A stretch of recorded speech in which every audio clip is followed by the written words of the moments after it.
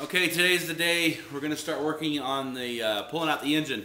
Now, if you watched the last couple of videos that we did on building the engine's hoist, that's kind of the delay that we have. We spent about a week building this engine hoist, which there will be some videos down in the description as well on that, so that we had an opportunity to be able to move the engine around in and out without having to get a whole engine stand.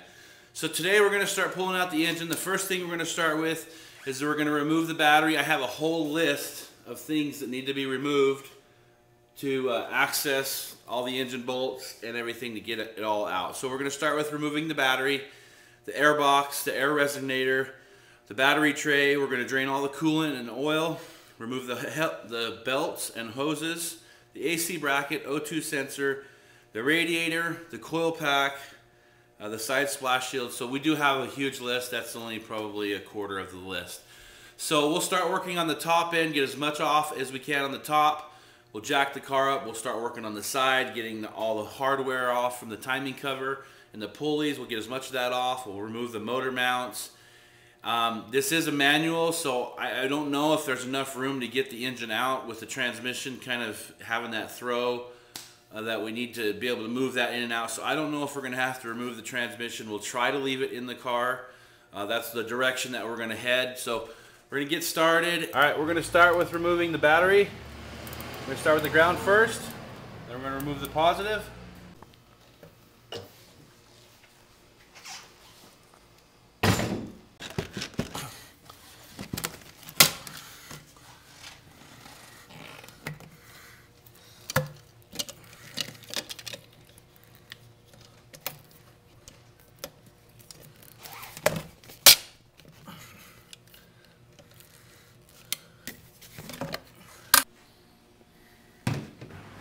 All right, now we're going to remove the air resonator. It's just got a little clip. We're going to pull this out. Okay, pull that up and out. I don't know. Okay, now we're going to remove the resonator box. We've got two 10mm bolts. I'm going to zip those off.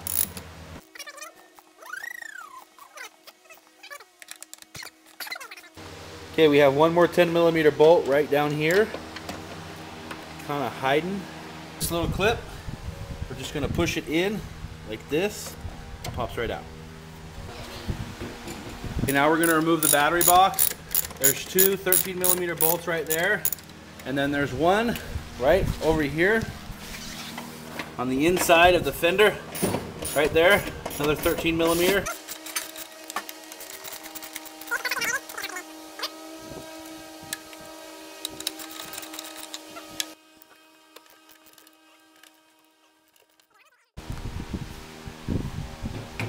Alright, we're going to remove the engine vent, and then we're going to remove the radiator one so it can vent out more smoothly.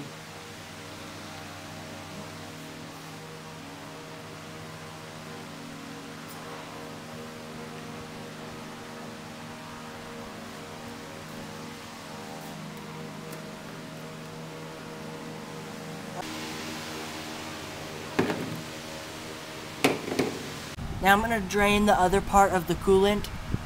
So we're just going to turn this knob right here and it should come out.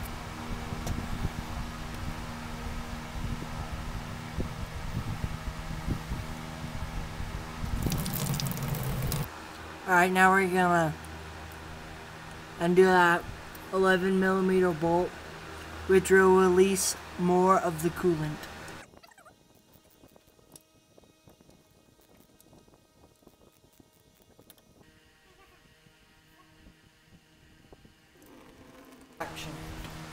All right, now we're going to remove the upper radiator hose.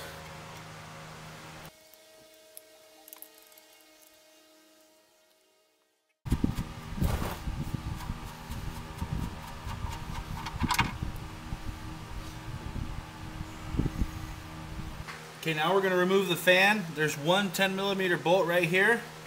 We've already removed that.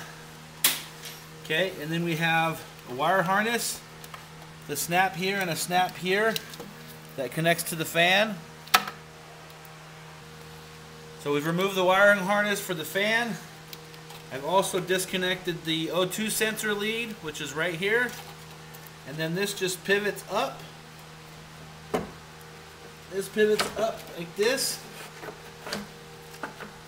We can move the hoses out of the way. And there's the fan. Go over here. Okay. Alright, now we're going to remove the O2 sensor. Okay. Alright, we have 3 10mm bolts. One's right here, and right here. Just going to remove those. And this is on the AC pump, or AC compressor, whichever you want to say. And over on the other side, we have 3 13mm bolts that I've already removed. One right here, and then one down here. I'm going to remove that, and we'll pull the AC pump out of the way. Okay, we're going to pull the belt off. I haven't removed the tensioner, I just pulled the belt so I can get that out of the way. Now we're going to remove the coil pack. So we're going to start by removing the wires first. Okay, we've already labeled them. Now we have 4 8mm bolts.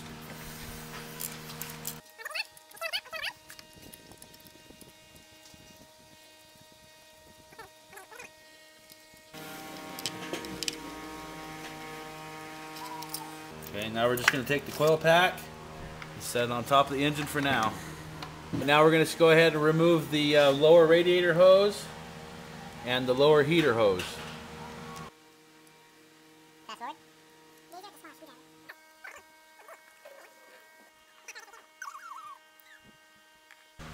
Okay, I'm underneath the car here. We have 2 13mm bolts on this side, and then I have my wrench on the third one here in the back. So I'm just going to zip those off.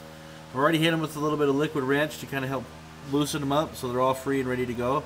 I'm just going to zip those off. Okay, we're going to remove these sensor wires that go in the head. What you're going to do is squeeze them like this. They pull right out. Squeeze that. Because what you have to do, you have to kind of squeeze it to break it loose. Okay, we're just going to remove these wires from this section. We'll pull this back. This is a vent tube for the transmission, for the manual transmission. And we're going to remove the ground strap. And then this is the ground for the battery. We'll remove that. Alright, we're going to remove the throttle positioning sensor. Right there. And the airflow sensor. Right there. And now we're going to remove the 2 fuel lines. We've already removed the EGR valve lines, and we've labeled all of our wires. And you can see right here, we've labeled everything we have removed so that we know how it all goes back together.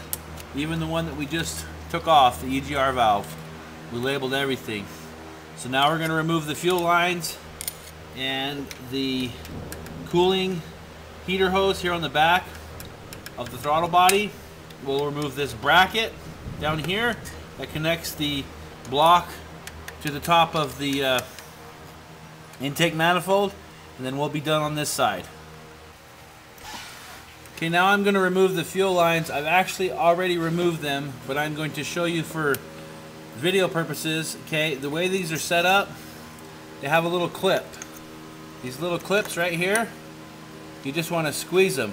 So what I did to remove it is I just squeezed the clips and pulled it out. So okay, now we got to remove the wheel. This is on the passenger front so that we can access the mud flaps on the inside. So I'll have Brandon zip that off real quick.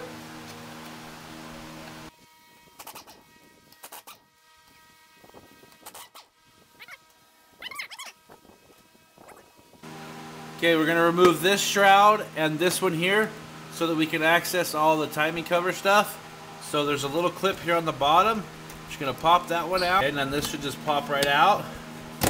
It's the only thing holding that in. Now, we don't really need to remove this back one, but we're going to, just because we're going to get to the power steering pump and the alternator.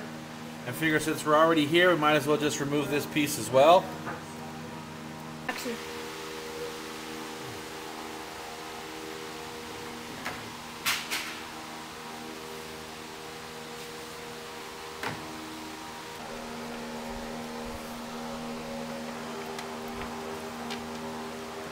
Okay, now we're going to remove the water pump pulley. There are 3 10mm bolts.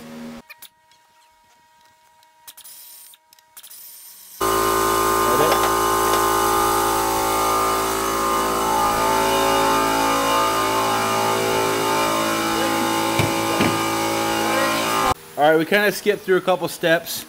We removed the motor mount, which was set right here. Let me kind of show you. This is the motor mount. Being that this is a stick shift, we know we're going to need all the extra room that we can. So we removed this motor mount bracket completely. There's 3 bolts that you have to remove from the inside of the fender. Get that out of the way. We have removed all of the pulleys. Here's some of the pulleys. There was 2, one right here, one right here. We also removed the crankshaft pulley, the water pump pulley, and we've also disconnected the 6 bolts for the water pump, and we're going to pull that off here in just a second. We disconnected the power steering pump. I think what I'm going to do is I'm going to probably just remove the pump completely. You've got a pressure hose here and then a return hose over here. We got to still remove the alternator and the starter, which is way down in there. So I think that's probably going to be it for today's video. We're still going to record and we're going to still keep everything on task, but we're pretty close to having it pulled out tonight. I think we'll have it pulled out tonight, but we'll just kind of film some videos for you. But I just wanted to do an outro just in case we can't get it all to fit on one video, at least removing the engine. So that's pretty much it for tonight. So we'll come back and on part 2 of the rest of the removal, and then we'll get it over on the engine stand and start tearing it apart. So anyway, please rate, subscribe, and comment, and look forward to part 2.